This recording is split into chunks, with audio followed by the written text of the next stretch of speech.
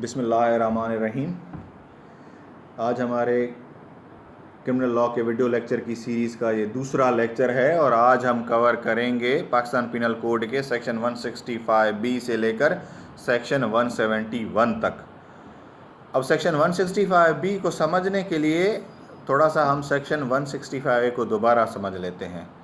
Section 165A क्या कह रहा है कि अगर कोई बंदा किसी पब्लिक सर्वेंट को कोई ऑफ़र कर रहा है, पब्लिक सर्वेंट को कोई एबेट कर रहा है किस काम के लिए, जो काम सेक्शन 161 में दिए हुए हैं या 165 में दिए हुए हैं, तो उस कंडीशन में भले वो काम न भी हुआ हो फिर भी उस बंदे को या तो सेक्शन 161 की सज़ा दी जाएगी या सेक्शन 165 की। अब आते हैं सेक्शन 165B के ऊपर। सेक्शन 165B क्या कह रहा है कि सर्टेन एबेटर एक्सेप्टेड मीन्स जो सेक्शन 165B है वो 165A का एक एक्सेप्शन है। और वो सेक्शन कह रहा है कि अगर कोई बंदा किसी पब्लिक सर्वेंट को कोई ग्रेटिफिकेशन ऑफ़र कर रहा है लेकिन वो ऑफ़र उसने इंड्यूसमेंट, थ्रेट, कंपेल या इंटिमिडेशन में किया है तो ऐसा नहीं समझा जाएगा कि उसने कोई एबेटमेंट की है। अब इस सेक्शन को मज़ीद समझने के लिए एक केस लॉ है जो है PLD 1964 सुप्रीम कोर्ट 266। उसमें पुलिस वाले के ऊपर एंटी करप्शन वालों ने एक केस बनाया था कि उसने एक एंटी करप्शन के सब इंस्पेक्टर को रिश्वत ऑफ़र की, लेकिन पुलिस वाले ने कोर्ट में आकर कह दिया कि मैंने रिश्वत अगर ऑफ़र की है तो इस ब्याह पर की है कि एंटी करप्शन वालों ने मुझे थ्रेट किया था कि अगर तुम पैसे नहीं दोगे तो हम तुम्हारे अगेंस्ट करप्शन का केस बनाएंगे। तो इसके ऊपर सेक्शन 165A और सेक्शन 165B दोनों को उस वक्त के चीफ जस्टिस कॉर्नेलियस ने डिटेल में डिस्कस किया है। अब आते हैं सेक्शन 166 के ऊपर। सेक्शन 166 कह रहा है कि public servant knowingly disobey any direction of law with intent to cause injury to any person. अब पब्लिक सर्वेंट जो है वो जानबूझकर किसी भी लॉ के कोई डायरेक्शन को डिसोबे कर रहा है, लेकिन उसके डिसोबे करने से किसी को कोई इंजरी पहुंच रही है, और जो वो इंजरी कौन सी, जो सेक्शन 44 PPC में दिया हुआ है। सिर्फ फिज़िकल इंजरी यहाँ नहीं है, उस इंजरी के जितने भी क्लासेस आ जाते हैं उसमें वो सब इसमें फॉल करेंगे। अगर पब्लिक सर्वेंट के डिसोबे करने से किसी बंदे को कोई इंजरी पहुंचती है तो पब्लिक सर्वेंट को जो सज़ा होगी सिंपल इम्प्रिजमेंट 1 साल तक। अब इस सेक्शन को मज़ीद समझने के लिए उसके 3 इंग्रेडिएंट्स हैं। सबसे पहला इंग्रेडिएंट्स क्या है कि अक्यूज़ जो है वो पब्लिक सर्वेंट हो। दूसरा जो है कि उसने कोई लॉ के डायरेक्शन को डिसोबे किया हो, उसको कोई डायरेक्शन मिली है लेकिन उसने उसे नहीं माना। अब थर्ड जो इंग्रेडिएंट्स है वो ये है कि उसके डिसोबे करने की वजह से किसी को कोई नुकसान भी पहुंच रहा हो, कोई इंजरी भी पहुंच रही हो, तब जाकर ये सेक्शन कंप्लीट होता है। बातें हैं सेक्शन 167 के ऊपर। सेक्शन 167 में है कि public servant framing an incorrect document with intent to cause injury. अब यह है कि कोई पब्लिक सर्वेंट है, उसके अंडर में डॉक्यूमेंट्स हैं लेकिन वो उन्हें गलत फ्रेम कर रहा है, उसे पता भी है या बना रहा है, वो उसे पता भी है कि मेरे उस गलत डॉक्यूमेंट्स बनाने से किसी को कोई इंजरी पहुंचेगी, तो उस पब्लिक सर्वेंट को जो सज़ा दी जाएगी इम्प्रिजमेंट एज द डिस्क्रिप्शन, वो फिर कोर्ट की डिस्क्रिप्शन पे चली जाएगी बात, 3 साल तक या फाइन या दोनों। अब इसमें एक दूसरी बात भी है कि सेक्शन 166, 167 या इवन ये चैप्टर जो 9 है PPC का, इसमें जितने भी पब्लिक सर्वेंट हैं इसको आप कनेक्ट करेंगे सेक्शन 197 CRPC के साथ।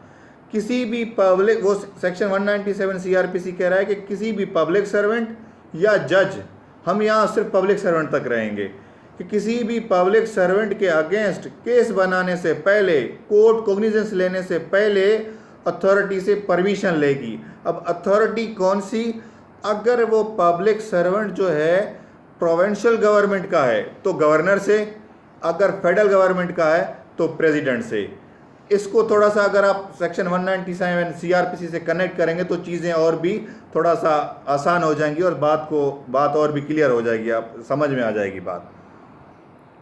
अब आते हैं सेक्शन 168 के ऊपर, public servant unlawfully engaging in trade. अब यह है कि कोई भी पब्लिक सर्वेंट जो है वो कोई भी गैर कानूनी तौर के ऊपर अनलॉफुली कोई कारोबार नहीं कर सकता, इंगेज नहीं हो सकता किसी कारोबार में। अगर वो हो भी गया तो उसे जो सज़ा दी जाएगी सिंपल इम्प्रिजमेंट, जो 1 साल तक, या फाइन, या दोनों। इस सेक्शन में मज़ीद डिटेल में ऐसी कोई ख़ास बात नहीं है। आते हैं सेक्शन 169 के ऊपर कि पब्लिक सर्वेंट अनलॉफुली बाइंग और बिडिंग फॉर प्रॉपर्टी।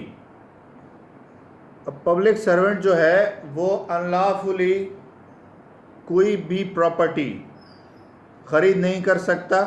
अब सेक्शन 168 में क्या था कि कोई कारोबार नहीं कर सकता, लेकिन यहाँ है कि कोई प्रॉपर्टी ना ख़रीद कर सकता है ना उसके ऊपर कोई बिड कर सकता है, जो है ना।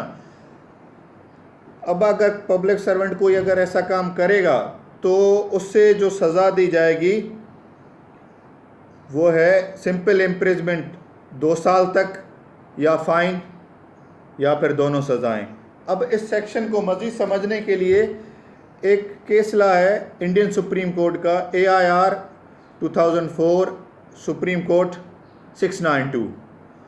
उसमें यह है कि तमिलनाडु के चीफ मिनिस्टर थे, उनके ऊपर एलिगेशन लगा था कि उन्होंने, जब वो CM थे तो उन्होंने कोई प्रॉपर्टी ख़रीदी, तो उनको सज़ा हुई लोअर कोर्ट से।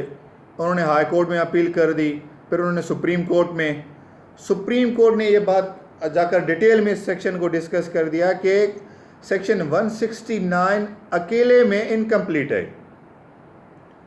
वो सिर्फ सेक्शन 169 की खुद की इतनी कोई ख़ास वैल्यू नहीं है जितना कि कोई दूसरा इनेक्टमेंट उसे सपोर्ट ना करे। अगर दूसरे किसी लॉ में पब्लिक सर्वेंट को प्रोहिबिट किया गया है कि वो कोई किस टाइप के पब्लिक सर्वेंट हैं, वो ये प्रॉपर्टी ख़रीद नहीं सकते, तब उनके ऊपर ये सेक्शन लगेगा। लेकिन अगर किसी ने कोई प्रोहिबिशन नहीं है, किसी पब्लिक सर्वेंट के ऊपर कोई रिस्ट्रिक्शन भी नहीं है, तब ये नहीं होगा। अब जैसे मिसाल के तौर पर section 136 transfer of property act 1882 कि कोई भी जज या उससे रिलेटेड कोर्ट का कोई बंदा कोई इंटरेस्ट और प्रॉपर्टी ख़रीद नहीं कर सकता। अब उसके साथ ये सेक्शन लग सकता है अगर कोई जज कोई प्रॉपर्टी ख़रीदे तो। लेकिन सिर्फ ये सेक्शन अकेले में इसकी कोई ख़ास वैल्यू नहीं है। ऐसे तो नहीं कह सकते ख़ास वैल्यू नहीं है, लेकिन इनकम्प्लीट है जब तक कि कोई दूसरा इनेक्टमेंट इसे सपोर्ट न करे। अब आते हैं सेक्शन 170 पर, पर्सोनेटिंग अ पब्लिक सर्वेंट। सेक्शन में है कि अगर कोई बंदा जो पब्लिक सर्वेंट ना हो और ना ही कोई पब्लिक सर्वेंट की कोई ऑफिस होल्ड करता हो, लेकिन फिर भी वो लोगों को ये बताता हो कि मैं पब्लिक सर्वेंट हूँ या ये ऑफिस अभी भी मेरे पास है, तो इस कंडीशन में उसको जो सज़ा होगी वो 2 साल तक इम्प्रिजमेंट या फ़ाइन या दोनों सज़ाएं। अब जैसे फॉर एग्ज़ाम्पल एक रिटायर्ड पुलिस ऑफिसर है, वो अभी भी लोगों को ये बताए कि मैं अभी भी सर्विस में हूँ रिटायर्ड होने के बाद भी, तो इस कंडीशन में ये सेक्शन उस पर चार्ज होगा। अब आते हैं सेक्शन 171 के ऊपर। सेक्शन 171 क्या कह रहा है कि अगर कोई बंदा जो पब्लिक सर्वेंट ना हो लेकिन फिर भी पब्लिक सर्वेंट का यूनिफॉर्म पहनकर या उनका कोई टोकन या मोनोग्राम यूज़ कर रहा है लोगों को ये यकीन दिलाने के लिए कि मैं पब्लिक सर्वेंट हूँ, तो उस बंदे को जो सज़ा दी जाएगी वो 3 साल तक कैद या 600 जुर्माना या दोनों सज़ाएं भी हो सकती हैं। आज का हमारा जो वीडियो लेक्चर है वो यहाँ कंप्लीट हो जाता है। जो नेक्स्ट लेक्चर हम स्टार्ट करेंगे सेक्शन 172 के साथ। Thank you.